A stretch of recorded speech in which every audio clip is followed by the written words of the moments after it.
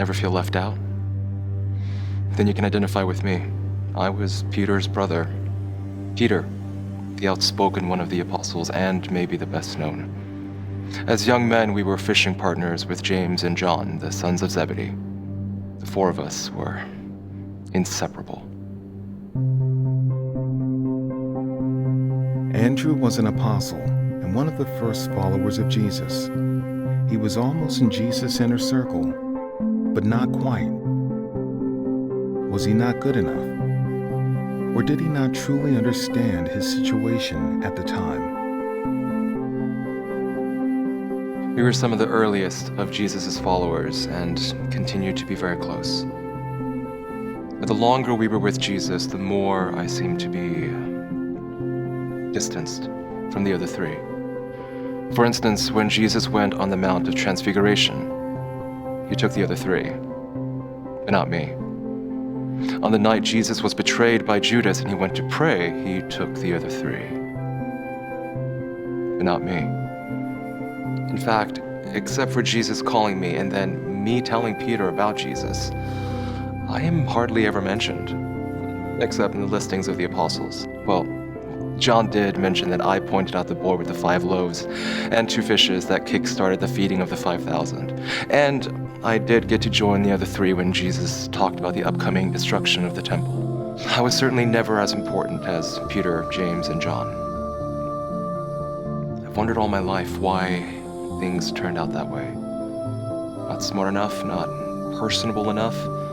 Did I do something wrong? Maybe it caused Jesus to not like me as much as the other 3? I would never know during my lifetime why things turned out that way. But as I drew near to the end of my life, here's what I began to think.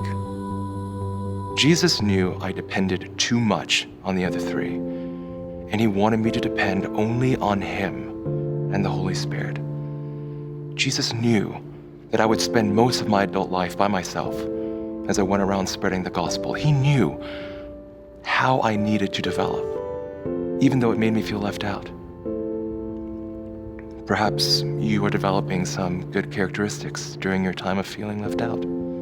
I was with the other apostles when Jesus left Jericho and started toward Jerusalem.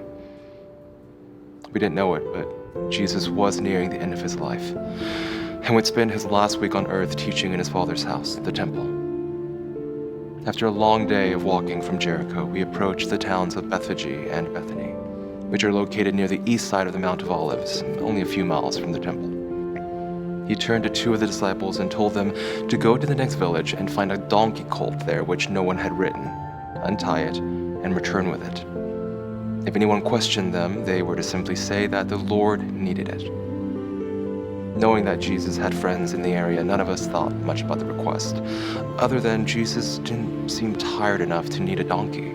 Sometime later, they returned and reported that they had been questioned, as Jesus suspected, and the owners of the donkey had let them have it after hearing their reply. Some of us tossed our cloaks on the donkey since it had no blanket, and Jesus got on to ride. And that's when things went wonky. As our group went along the road, people started laying their cloaks on the ground.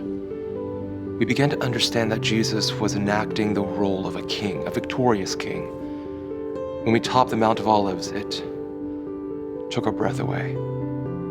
Across the Kidron Valley, the temple was gleaming in the midday sunlight, its gold plating like an ethereal mirror.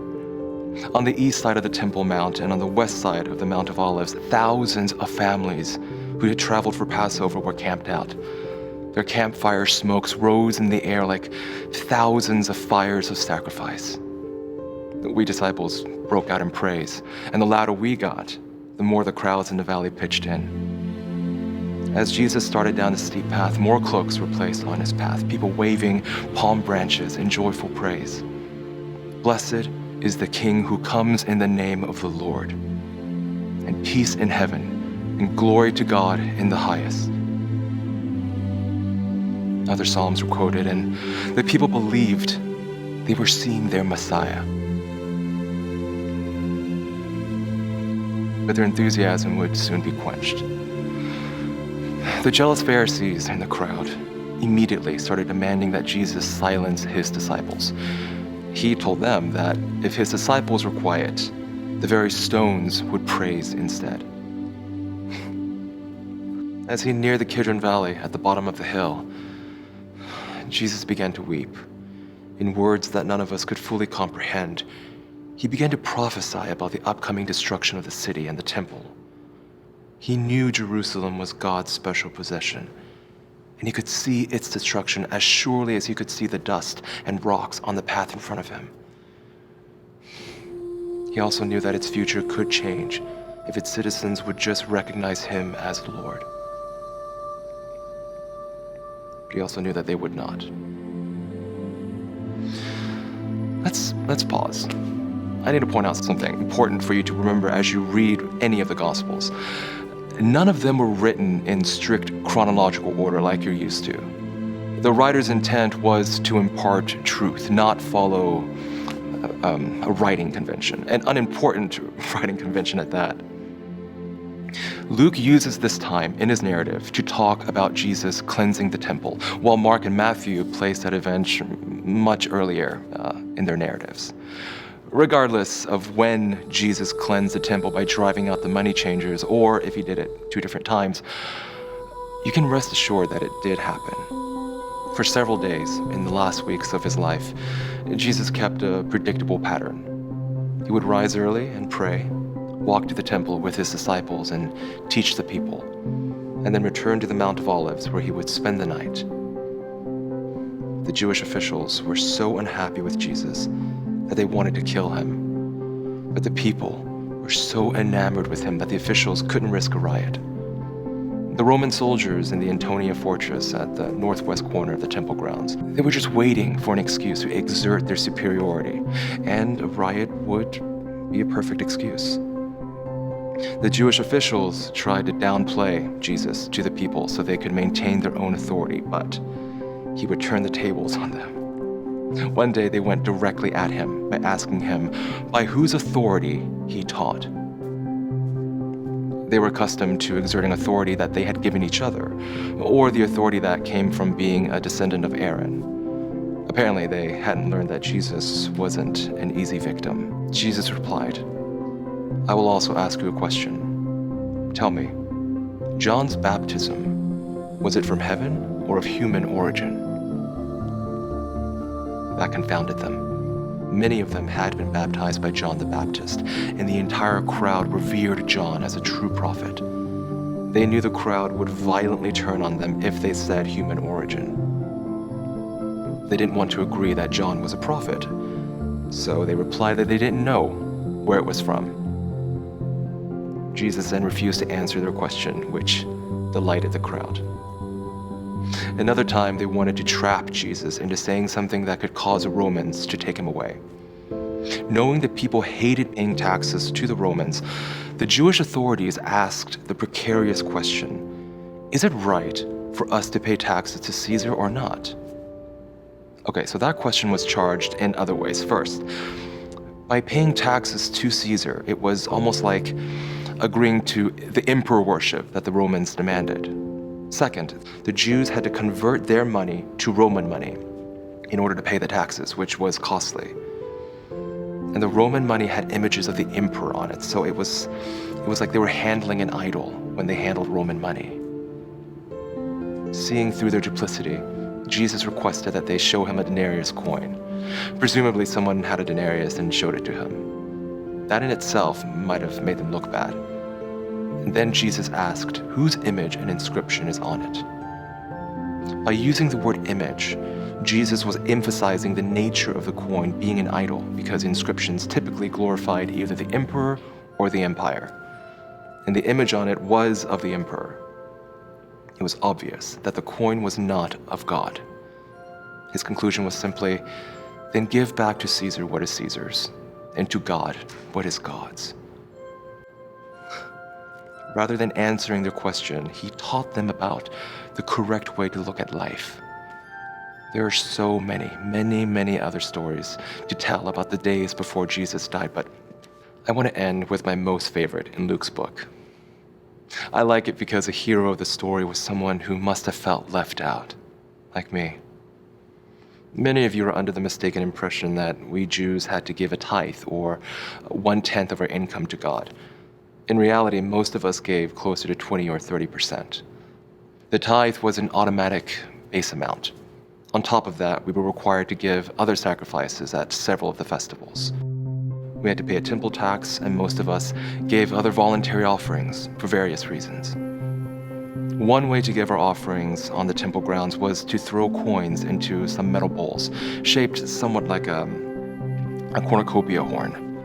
Heavy coins would bounce down the horn and make loud sounds, while small coins would barely be noticed. Just by listening, everyone could tell who was throwing in what amount. As our group was standing there, an older, poor widow approached. I watched Jesus look at her and thought, maybe she reminded him of his own mother. As he watched intently, those around him began watching and listening too.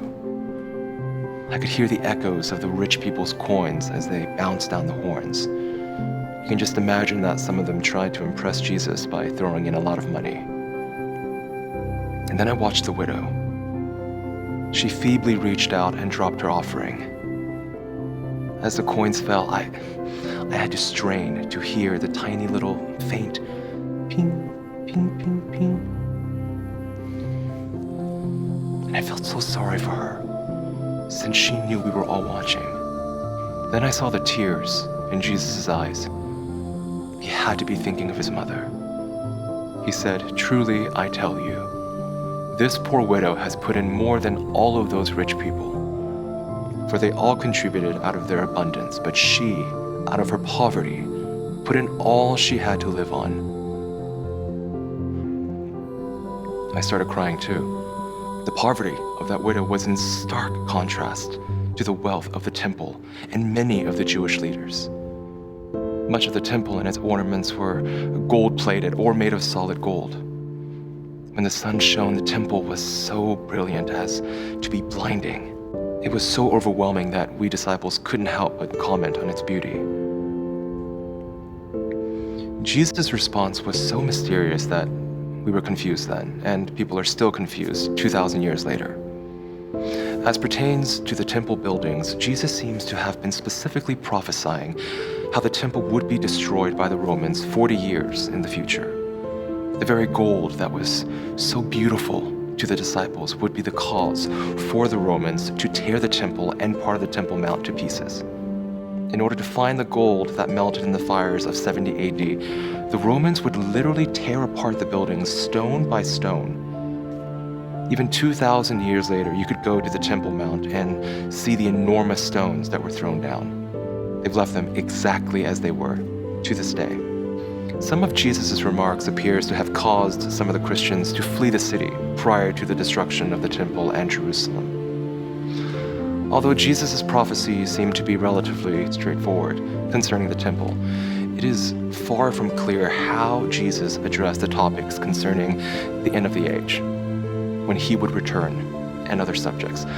For that reason, the chapters of Matthew 24 and 25 and Luke 21 are rich material for those who study prophecy.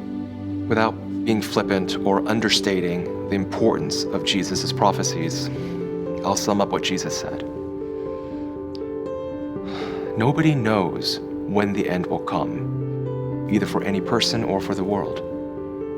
So always be ready. Be ready by preparing to withstand persecution and by behaving as a disciple of Jesus. Every day, approximately 152,000 people die in the world. Yesterday, the world ended for approximately 152,000 people. You are wise, Jesus says, if you are ready for your world to end, and foolish if you're not. Loneliness, feeling left out. That's how I started my story. I couldn't see how Jesus was getting me ready. My talent was to introduce people to him, and he wanted to sharpen that talent, that desire in me. Peter, I introduced him to Jesus. A little boy with 5 loaves and 2 fish, I introduced him to Jesus. A bunch of Greeks who had one chance to meet him, I introduced them to Jesus. I overcame my loneliness by introducing people to Jesus. I have a feeling the same thing will work for you.